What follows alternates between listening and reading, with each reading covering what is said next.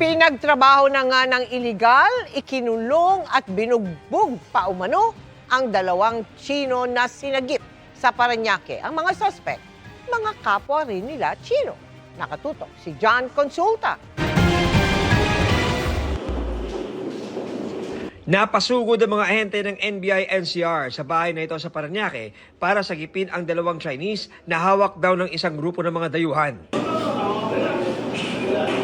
Sa gate pa lang, huli agad ang isa sa mga suspect. May isa pang nagtangkang magtago sa kabinet pero nahuli pa rin. Ayon sa NBI, ikinasa ang operasyon kasunod ng sumbong ng isang dayuhan din. Kaibigan niya na according to him, pinipilit magtrabaho ng illegal, fishing, online gaming illegal. So ayaw nung kaibigan niya, ang ginawa, kinulong at binugbog. Ipinakita ng isa sa dalawang nasagip na biktima ang mga latay sa kanilang likod matapos ikulong at pahirapan umano ng kanilang mga sariling kababayan. Ipo-force labor pala nila, sinasaktan, ginugulpi nila at hindi pinapalabas ng nangyari pa to mga ilang weeks na. At buti na lang may nagreklamo para matrace kung nasaan sila. 5 Chinese national ang arestado, wala pa silang pahayag. Pinoproseso na ang dalawang Chinese rin na nasagip sa operasyon.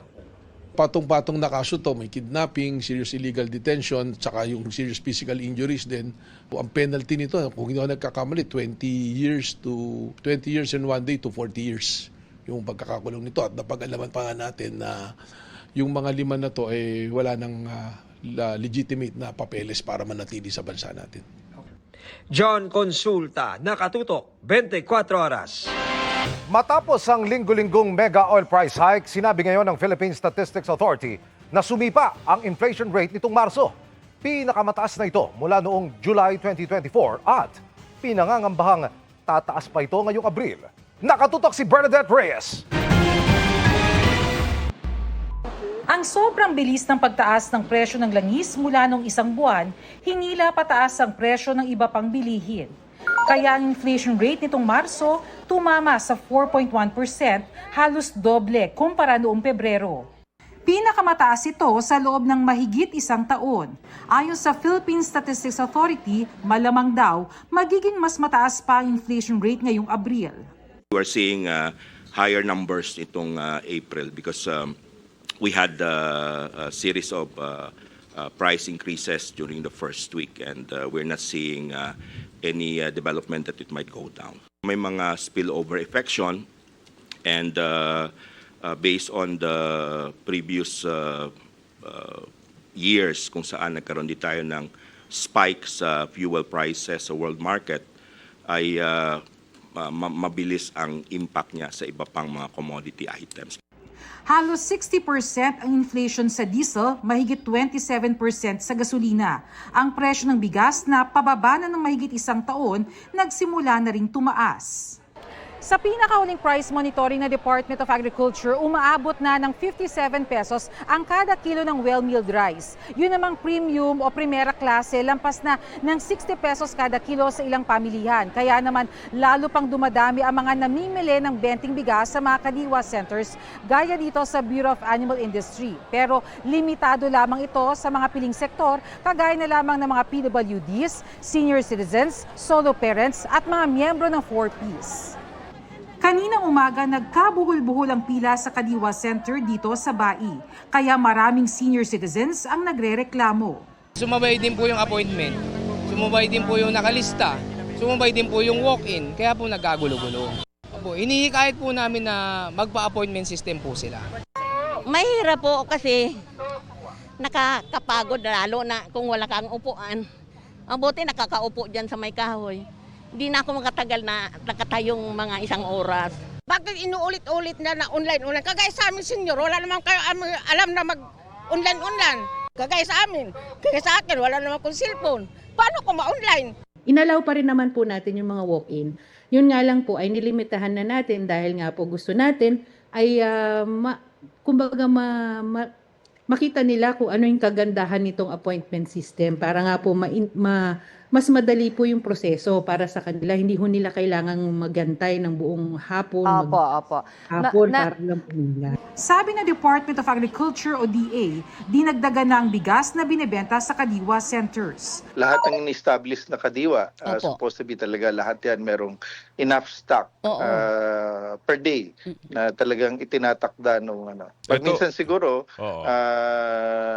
sa dami nga ng bumibili, siguro maaga nagko-close. There are times na talagang pabalik-balik, baka binibili nila yun at pwedeng ibenta. So, nag-start na yung kanilang pagtingin dito at tracing kung merong mga ganitong insidente. Ayon naman sa Samahang Industriya ng Agrikultura, isang grupo ng mga magsasaka na bawasan na ang mga nagbabiyahe ng gulay dahil sa taas ng presyo ng petrolyo. Naiipon yung mga gulay sa mga bagsakan dahil wala na masyado ring bumabiyahing mga trader o kung meron man, talagang medyo mahal at maraming nabubulakan po ng mga gulay. Bernadette Reyes, Nakatutok, 24 Oras. Inireklamo ng Presidential Communication Office sa Department of Justice ang social media page na nagpapakalat umano ng fake news para manakot. Babala pa ng PCO, hahabulin din ang iba pang magtatangkang manlito sa publiko sa gitna ng krisis sa langis. Nakatutok si Dano Tingkungko. Balita ukol sa energy lockdown, fake. Fuel shortage, fake. At emergency lockdown dahil sa COVID-19 Cicada variant, fake. Ilan lang yan sa mga post ng Facebook page na Malasakit News Pilipinas na inireklamo ng Presidential Communications Office o PCO sa Department of Justice dahil layon lang daw i-scam ang publiko o di kaya'y magdulot ng panic. These totally false posts involve a fabricated energy lockdown designed to scam the public into buying solar panels. Number 2, a manufactured fuel shortage meant to sow panic, an invented emergency lockdown of an imagined COVID-19 Cicada variant. We are asking the Department of Justice to investigate, determine the persons that fabricated them, and bring them to court. Kanina nagsampa na ang PCO sa Department of Justice ng reklamong paglabag sa Article 154 ng Revised Penal Code o paglathala ng fake news laban sa naturang Facebook page. All these posts are blatant lies and fabrications that fall under the definition of false news, the publication of which is deemed a crime punishable by up to 6 months imprisonment under Article 154 of the Revised Penal Code. And because it is committed online, the penalty is higher under the Cybercrime Prevention Act. Ang reklamo sa naturang social media page, buena mano ng katatatag lang na anti-fake news desk ng PCO kasabay ng paglunsad ng Oplan kontra fake news nitong Marso. Pinadalhan ng GMA News ng mensahe ang Malasakit News Pilipinas sa kanilang Facebook page para mahingan sila ng pahayag. Wala pa silang tugon sa ngayon. Hindi malinaw sa ngayon kung sino ang nagpapatakbo ng naturang Facebook page. Babala ng PCO, sample pa lang ito sa mas pinaigting nilang kampanya kontra fake news. Any attempt to mislead the public about the energy security, supply, or pricing to sow confusion will be treated as a serious offense. We will not let you get away with a crime.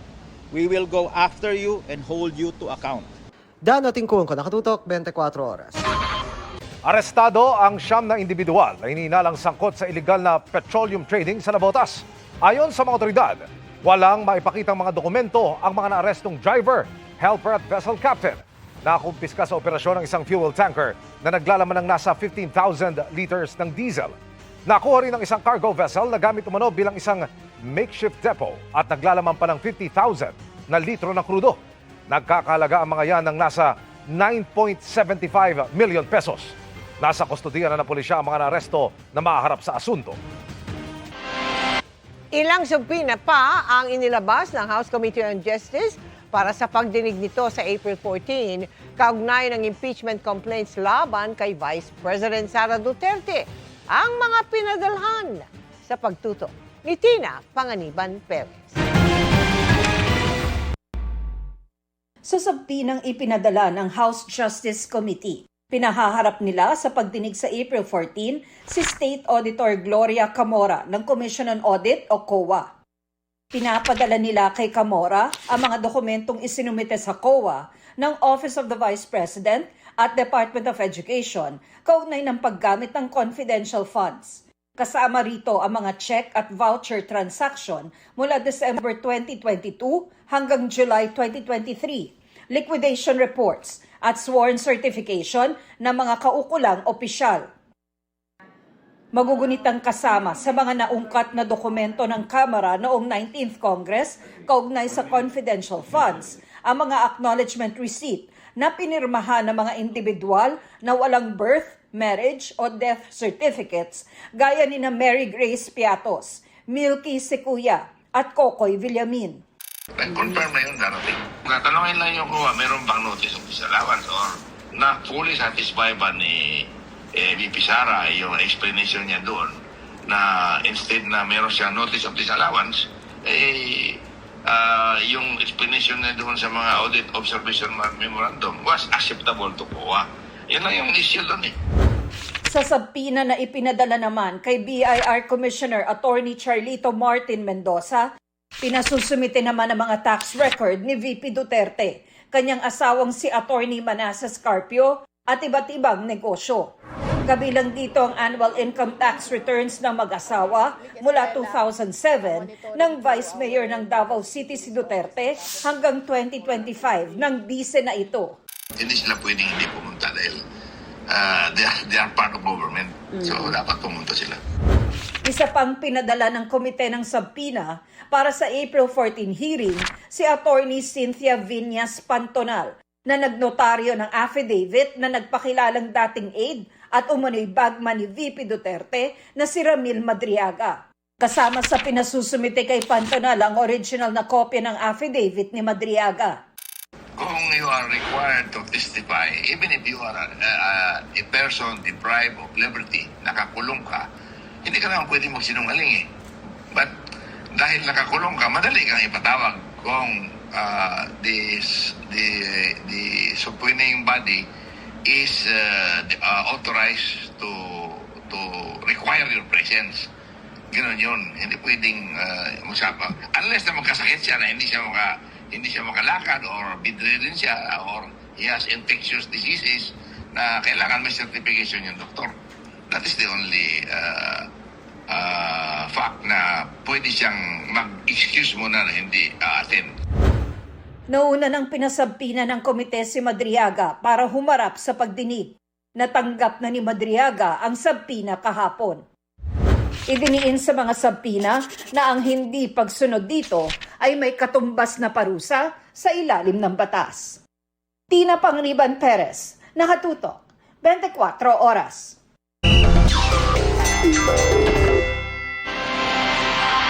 Mga kapuso, mula po sa mga game-changing stories, papasok na tayo sa mainit na mundo ng sports, linggo-linggo. Unahin natin ang cycling. At ang buena mano nating itatampok, si Alden Richards, na recently ay strong finisher sa isang international triathlon competition. Tinutukan niya ni Martin Javier na palaging in the game. When you're there on the track, it's just you, your bike, the road, and your faith. It's 90% mental. For you to be able to finish is your mindset. Hindi biro ang new milestone unlock ni Asia's multimedia star Alden Richards. Matapos niyang makumpleto ang kanyang first ever triathlon relay noong March 22. Si Alden ang pambato sa bike course ng all-celebrity team kasama sina Nico Bolzico at Will Dasovich. Sa loob ng 2 hours and 58 minutes, he had done and dusted the 90-kilometer bike course sa Davao City. Kaya sa unang sabak ko sa cycling, I tapped no other than the man of the hour himself.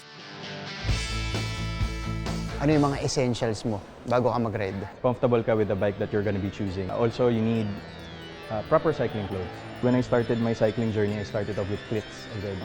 Ito yung cycling shoes. Meron kasi rin mga bikes naman na talagang normal pedal lang yung nakalagay and then you can ride it using your rubber tubes. Bike, check. Helmet, check. Oras na to get in the game. We are on the road and we're ready to ride with Mr. Alden Richards. Safety comes first. When in doubt, stop at saka don't be too aggressive with the road. Hindi to mala Tour de France. Unless gusto niya. Tingnan natin kung kaya niya. Naalala kita, siyempre, running first. And then, you eventually got addicted and settled into biking. Bakit nag-stick ka sa cycling? There's something about endurance sports kasi, well for me, most especially cycling, that keeps me sane. Yung sanity, and actually parang unwind and I get to have time for myself. Kwento mo sa amin muna yung experience mo on the course. So, when it was brought to the table, beginning of the year, actually January, hindi pa ako parang sold sa idea na kaya ko siyang gawin. Ano yung nagpapayag sa'yo? I'm always on constant search to do something that I've never done before. May moments ba din na gusto mo nang tumigil? Dami. Mahirap siya, Martin. Especially pag bumibigay na yung katawan mo, the right people is very essential for you to be able to achieve your goal. Di siya madali. Nagulat lang din ako with my performance during the race actually. Woo! Sub 3! We're very proud na we ranked 9th place sa overall relay team out of the 80 teams that participated. And we ranked 8th with the all-male gender category. Taping to training at airport to track ang naging atake ni Alden sa kanyang last race. So, what's next on his triathlon journey? Sinabi ko sa sarili ko right after the race, and I even told my coach na gusto ko na ituloy. Ooh. Sayang yung momentum. So, I'll be doing my first triathlon next What? year. Full triathlon. Woo!